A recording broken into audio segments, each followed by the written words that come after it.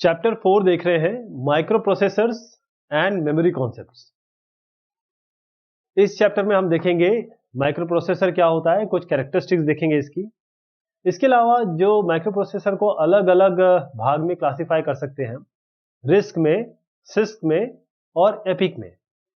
फिर हम जो मेमोरी है उसकी अलग अलग यूनिट्स के बारे में देखेंगे, जानेंगे कि प्राइमरी मेमोरी और सेकेंडरी मेमोरी क्या है, और बाद में जो इनपुट आउटपुट जैसे पोर्ट्स हैं और कनेक्शंस हैं या कनेक्टर्स हैं, इसके बारे में हम देखेंगे।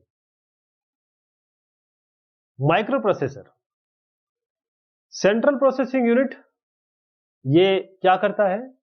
ये डेटा को प्रोसेस करता है। जैसे हमने देखा था कि प्रोसेस डेटा इज इंफॉर्मेशन, तो एक तरीके से इसी तरीके से समझ सकते हैं आप कि सेंट्रल प्रोसेसिंग यूनिट इस डेटा को हमारे लिए कुछ इंफॉर्मेशन के तौर पे देगा और इसको प्रोसेस करेगा। ये क्या करता है माइक्रो प्रोसेसर या सेंट्रल प्रोसेसिंग यूनिट? जितनी भी इंस्ट्रक्शन है जैसे मान लीजिए आपको दे दिया गया ऐड A, B। ये एक ऐसा मैंने इंस्ट्रक्शन लिखा है जिसमें ये कह रहे हैं कि एक्यूमुलेटर में जो भी आइटम है उसको B जो रजिस्टर है उससे ऐड कर दीजिए और एक्यूमुलेटर में रख दीजिए। तो बेसिकली ये इंस्ट्रक्शन है एक जो आप किसको देते हैं, सेंट्रल प्रोसेसिंग यूनिट को, कि ये इंस्ट्रक्शन लीजिए और वो काम करते हैं। तो माइक्रो प्रोसेसर ये सीपीयू है। माइक्रो प्रोसेसर और सीपीयू में अंतर बस यही है कि सीपीयू अगर एक चिप में है आपका, एक ही चिप में, तो इसे हम कहेंगे माइक्रो प्रोसेसर। म्यूपी भी लिखते हैं इसको, माइक्रो प्रोसेसर या माइक्रो प्रोसेसर आप पूरा लिख सकते हैं म्यूपी। आगे चल के अगर आप कंप्यूटर साइंस या इलेक्ट्रॉनिक्स में जाते हैं तो म्यूपी आप काफी देखेंगे। तो ये क्या है? एक ये मल्टी पर्पस प्रोग्रामेबल डिवाइस है। और ये बनता कैसे है? इसको MOS टेक्नोलॉजी यानी कि मेटल ऑक्साइड सेमीकंडक्टर टेक्नोलॉजी से बनाया जाता है। 1971 में इंटेल कॉर्पोरेशन ने पहला माइक्रो प्रोसेसर 4004 फैब्रिकेट किया था। उस समय ये केवल जोड़ और घटा यानी कि ऐड और सब्ट्रैक्ट ऑपरेशन कर सकता था और केवल 4 बिट यानी कि एक निबल केवल प्रोसेस कर सकता था एक टाइम में। लेकिन इंटेल 4004 पहला ऐसा पोर्टेबल इलेक्ट्रॉनिक कैलकुलेटर इसने पावर किया, तब से माइक्रो प्रोसेसर टेक्नोलॉजी बढ़ते ही जा रही है। आज हम 7 जनरेशन तक पहुंच गए। जब आप ये सुन रहे होंगे हो सकता है और भी जनरेशन आ गई हो। आज हमारे पास ऐसे प्रोसेसर है जो 128 बिट एक बार में एक टाइम में 128 बिट को डील कर सकते हैं, और वो भी बिलियन इंस्ट्रक्शन पर सेकंड। एक इंस्ट्रक्शन सोचिए ऐसी होती है तो ऐसी बिलियन इंस्ट्रक्शंस हैं आपके पास। और ये जो A और B आप देख रहे हैं, ये जो रजिस्टर्स हैं आपके पास जो माइक्रो प्रोसेसर में होते हैं, वो 128 बिट के। तो इतना सारा काम आज हो सकता है। तो माइक्रो प्रोसेसर की कुछ कैरेक्टरिस्टिक्स देख ली जाए। पहली चीज होती है इसमें इंस्ट्रक्शन सेट, यानी कि जैसे मैंने कहा ऐड A, B, वो एक इंस्ट्रक्शन था। तो माइक्रो प्रोसेसर यही इंस्ट्रक्शन समझेगा। अगर मैं बोलूंगा माइक्रो प्रोसेसर जरा दही ले आओ, तो ये नहीं मानेगा। लेकिन मैं ऐड A, B अगर इसको दूंगा किसी तरीके से कोड करके, तो ये समझ जाएगा कि हाँ मुझे ऐड करना है। ये इंस्ट्रक्शन सेट है, माइक्रो प्रोसेसर स्पेसिफिक होते हैं, उसके लिए बनाए जाते हैं। जो भी माइक्रो प्रोसेसर होगा उसके लिए एक इंस्ट्रक्शन सेट उसका खुद का हो। ऐसी वर्ड लेंथ, अब जैसे मैंने आपको बताया 128 बिट ये डील कर रहा है ना।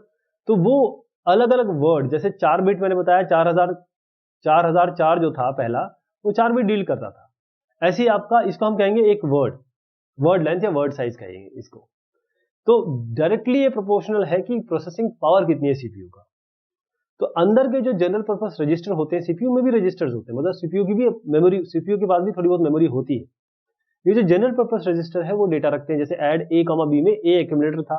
A एक्यूमुलेटर कितने साइज का हो सकता है? ये A और B हम रजिस्टर्ड, ये मेमोरी तो है। तो हम कह रहे हैं कि ये जो है 4 बिट का, ये 4 बिट का है 4004 के लिए। हम कह रहे हैं अब ये 8 बिट का हो गया, तो 8 बिट वर्ड लेंथ है, 8 बिट साइज को ये डील कर रहा है। तो 8 बिट को अगर एक इंटरनल रजिस्टर 8 बिट रख सकता है, ये पूरे 8 बिट, तो हम ये कहेंगे कि ये वर्ड लेंथ इसकी 8 बिट है। अगर मान लीजिए ये जो A और B मैंने आपको बताया, एक्यूमुलेटर और जो भी जनरल पर्पस रजिस्टर है, ये 16 बिट एक बार में रख सकते हैं।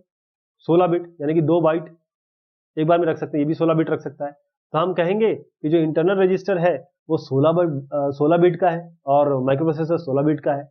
इसी तरीके से 32 बिट प्रोसेसर लीजिए तो वो 4 गुना तेज हो जाएगा 8 बिट प्रोसेसर से। 8 4 32 करिए, वही यहीं से आप अंदाजा लगा सकते हैं कि कितनी स्पीड बढ़ जाती है।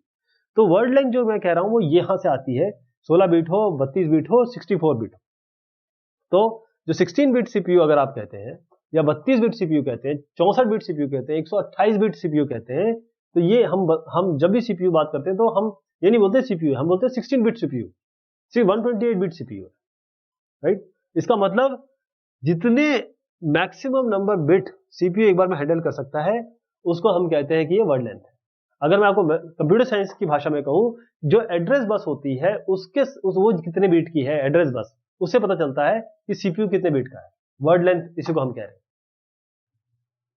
अब सिस्टम क्लॉक स्पीड, अब ये सिस्टम क्लॉक स्पीड आप जब भी माइक्रो प्रोसेसर में देखेंगे तो आपके इसमें लिखा होगा, जैसे मान लीजिए आपके इसमें लिखा है, जैसे मान लीजिए एचपी का प्रो एक टैबलेट है, राइट, ये इसको रगेड टैबलेट है। अब इसमें आप देखेंगे 1.3 लिखा है, साथ में कुछ 1.3 गीगाहर्ट्ज लिखा हुआ है। जैसे आर्म प्रोसेसर है कॉर्टेक्स और आप कहेंगे 1.3 गीगाहर्ट्ज है। तो 1.3 गीगाहर्ट्ज क्या है, ये जरूर आप सवाल उठाएंगे। 1.3 गीगाहर्ट्ज किस चीज की स्पीड है, कौन सी चीज है ये? तो जो सिस्टम क्लॉक है वो माइक्रो प्रोसेसर की जो स्पीड है, पेस है, उसको कंट्रोल करती है। कोई ना कोई तो कंट्रोलिंग होनी चाहिए, वो कंट्रोल जो है सिस्टम क्लॉक करती है। ये सिस्टम क्लॉक है क्या? जो टाइम टाइम पे पल्स देती है, और ये पता किस पे नापी जाती है? मेगाहर्ट्ज, यानी मिलियन साइकिल्स पर सेकंड, इसलिए मैं गीगाहर्ट्ज कह पा रहा हूं इसको, मिलियन साइकिल्स पर सेकंड पे नापी जाती है। यानी कि ऐसा नहीं होता कि टिक टिक करके आ रही है, ये आप जब टिक बोलेंगे तो ये हो सकता है मिलियन क्रॉस कर चुकी है, जैसे टिक बोलेंगे। तो एक जो क्लॉक पर यूनिट टाइम में कितनी पल्स जनरेट करती है, इतनी जनरेट कर रही है, देखिए। तो एक कितनी पल्स जनरेट होती है उस क्लॉक द्वारा, जिसे हम यहाँ सिस्टम क्लॉक कह रहे हैं, पर यूनिट टाइम, किसी एक पर यूनिट टाइम, यानी आप उसको 1 सेकंड भी कह सकते हैं, 1 मिनट भी कह सकते हैं, 1 घंटा भी कह सकते हैं, ये आपके ऊपर है। लेकिन हम इसके बारे में जानेंगे कि हम 1 गीगाहर्ट्ज मतलब जब बोलते हैं तो पर सेकंड आता है, यानी कि क्योंकि फ्रीक्वेंसी जो होती है, what is that? Frequency is per unit time पर सेकंड, है ना। तो जो हर्ट्ज में नापी जाती है। तो अब हम यहाँ पर क्या कहेंगे कि जो पल्स जनरेट हो रही है क्लॉक द्वारा, उसकी यूनिट टाइम में, उसे हम क्लॉक स्पीड करेंगे, यही क्लॉक स्पीड होती है। तो हमेशा माइक्रो प्रोसेसर जो कैरेक्टराइजेशन होता है वो उसके क्लॉक स्पीड के द्वारा होता है। तो मैंने जैसे बताया 1.3 गीगाहर्ट्ज, ये मैं एक टैबलेट की बात कर रहा हूं, अभी तक मैं वर्क स्टेशन या हाई एंड स्टेशन पे नहीं गया हूं। तो इसकी स्पीड भी आप गीगाहर्ट्ज में नापने, देखिए एक टैबलेट है छोटा सा, उसका भी गीगाहर्ट्ज पे आ रहा है, राइट।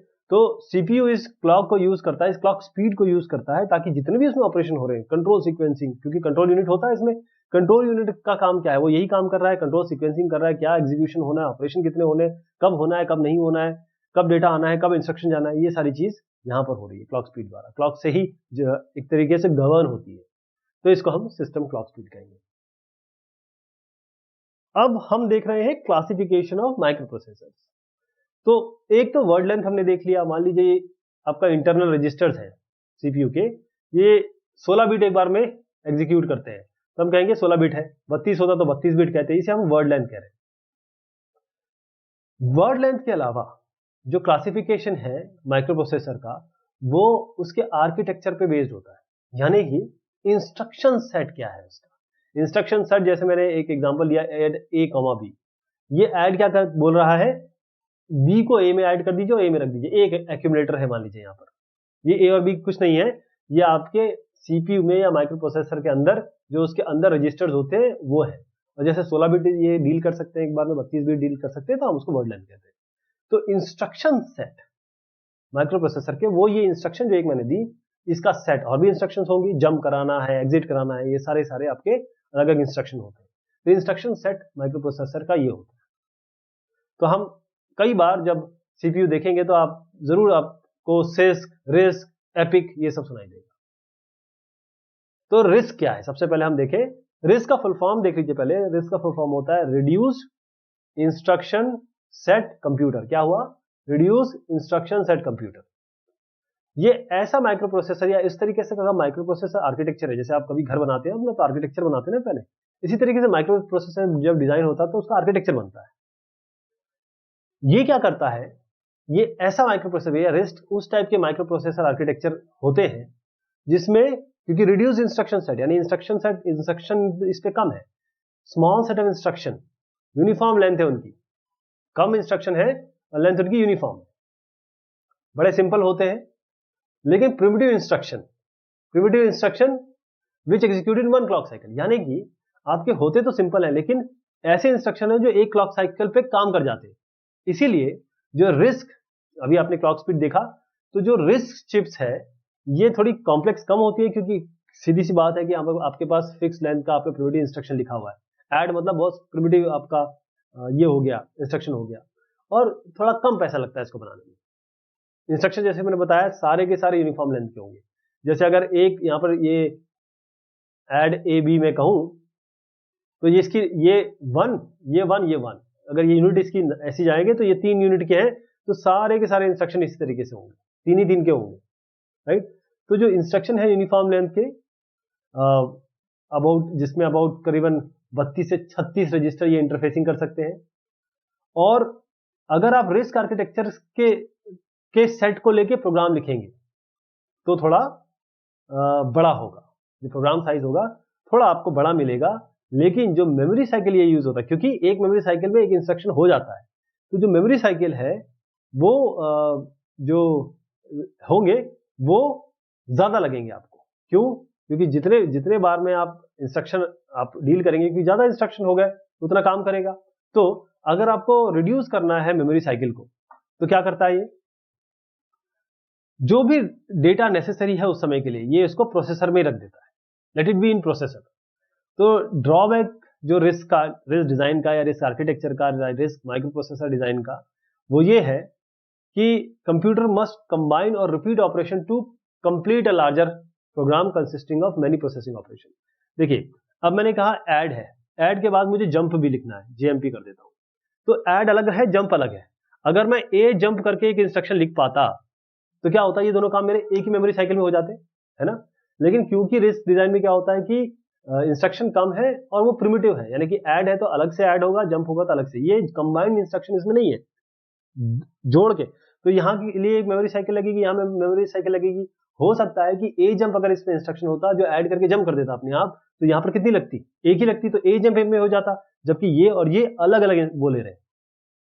तो यही ड्रॉबैक है कि अगर आपको इस तरीके का काम करना है तो आपको इनको कईयों को कंबाइन करना पड़ेगा। और ये जरूर है कि इंस्ट्रक्शन सिंपल है, देखिए ऐड और जंप वेरी सिंपल, इसलिए इसका डिजाइन बहुत सिंपल होता है। जैसे स्पार्क है, पावर पीसी, ये सारे रिस्क की श्रेणी में आते हैं, reduce instruction set computer. Six क्या होता है? सिस्क का पहले फुल फॉर्म देख लेते हैं। सिस्क का मतलब होता है कॉम्प्लेक्स इंस्ट्रक्शन सेट कंप्यूटर या कंप्यूटिंग, ऐसे बोल सकते हैं आप।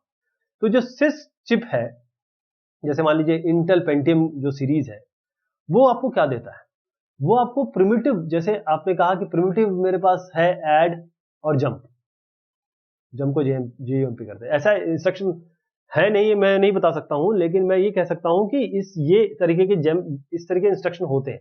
तो इंस्ट्रक्शन सेट के लिए मैं एग्जांपल ले रहा हूं, राइट। तो हमने क्या किया, ऐड और जंप दिया। हाँ, अब इसमें हंड्रेड्स ऑफ इंस्ट्रक्शन होते हैं अलग अलग साइज के, यानी एक क्लॉक साइकिल में करेगा, एक 2 क्लॉक साइकिल में करेगा, एक क्लॉक साइकिल में ही कर जाएगा। हो सकता है जंप एक ही क्लॉक साइकिल ले, ऐड 2 क्लॉक साइकिल ले, है ना। तो ये अलग अलग क्लॉक साइकिल में बहुत सारे आपके पास हंड्रेड्स ऑफ इंस्ट्रक्शन, यानी कि आपके पास ए जंप भी होगा, राइट। तो जो प्रोसेसिंग सर्किटरी है इसमें आपको स्पेशल पर्पस सर्किट होगी, ताकि आप इन इंस्ट्रक्शन को हाई स्पीड से लगा सके। यानी कि सिंपल आपकी सर्किटरी नहीं होगी, आपको सर्किटरी भी इंक्लूड करनी पड़ेगी ताकि आप ये सब चला सकें।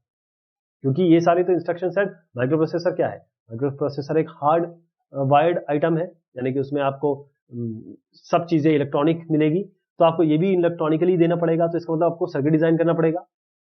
तो ये इंस्ट्रक्शन इंटरफेस करते हैं आपके मेमोरी के साथ बहुत सारी तरीके से, और साथ में जो एड्रेसिंग मोड है बड़े कॉम्प्लेक्स हो जाते हैं। एड्रेसिंग मोड मतलब अगर आपको मान लीजिए मेमोरी को एड्रेस करना है तो यूं कर सकते हैं, या यहां पर बोल सकते हैं कि रिलेटिव या एब्सोल्यूट करके यहां से यहां जाएंगे, यहां से यहां जाएंगे, ये एक तरीका होता है, डायरेक्ट कर सकते हैं, या फिर ये तरीके हो सकते हैं। तो यही कॉम्प्लेक्स एड्रेसिंग मोड हो गया। तो यहां पर क्या होता है कि क्योंकि हमारे पास ये सर्किटरी है और हमारे पास उस काम को करने के लिए ऐड और जंप जो अलग अलग हुआ करता था इसमें ए जंप भी है। इसका मतलब ये होगा कि हमारा प्रोग्राम छोटे साइज का होगा, और प्रोग्राम छोटे साइज का होगा और साथ में जो मेमोरी साइकिल जरूरत पड़ेगी वो भी कम पड़ेगी। मान लीजिए ऐड को पड़ती है 3, जंप को पड़ती है 3, ए जंप को पड़ती है 4, केवल 4 पड़ती है, 3 और 3 मिलाइए 6, और इसके पास इसको कितनी मेमोरी साइकिल लग रही है? केवल 4।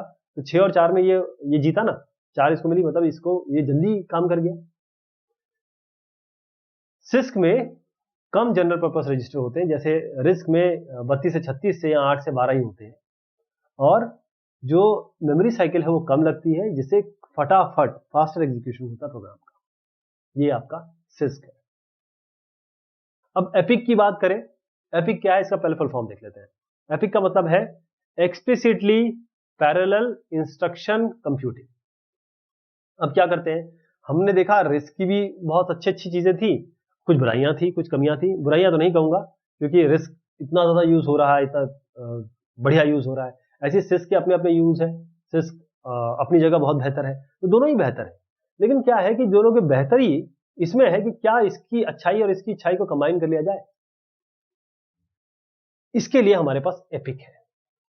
ओके, ये एपिक जो होता है ये फिक्स लेंथ का इंस्ट्रक्शन तो नहीं लेता है, लेकिन ये उस पे एम करता है कि इस इंस्ट्रक्शन का पैरेलल प्रोसेसिंग हो, यानी कि यहां पर ये काम हो रहा है तो यहां से दूसरे इंस्ट्रक्शन का काम शुरू हो जाए। ऐसा नहीं कि पहले ये खत्म हुआ फिर ये होगा फिर ये होगा, ये आपका एंड हो रहा है यहां से शुरू हो जाए, ये खत्म हो रहा है यहां से शुरू हो जाए। ऐसे करके पैरेलल प्रोसेसिंग पे ये डील करता है, या फिर इसका एम यही होता है।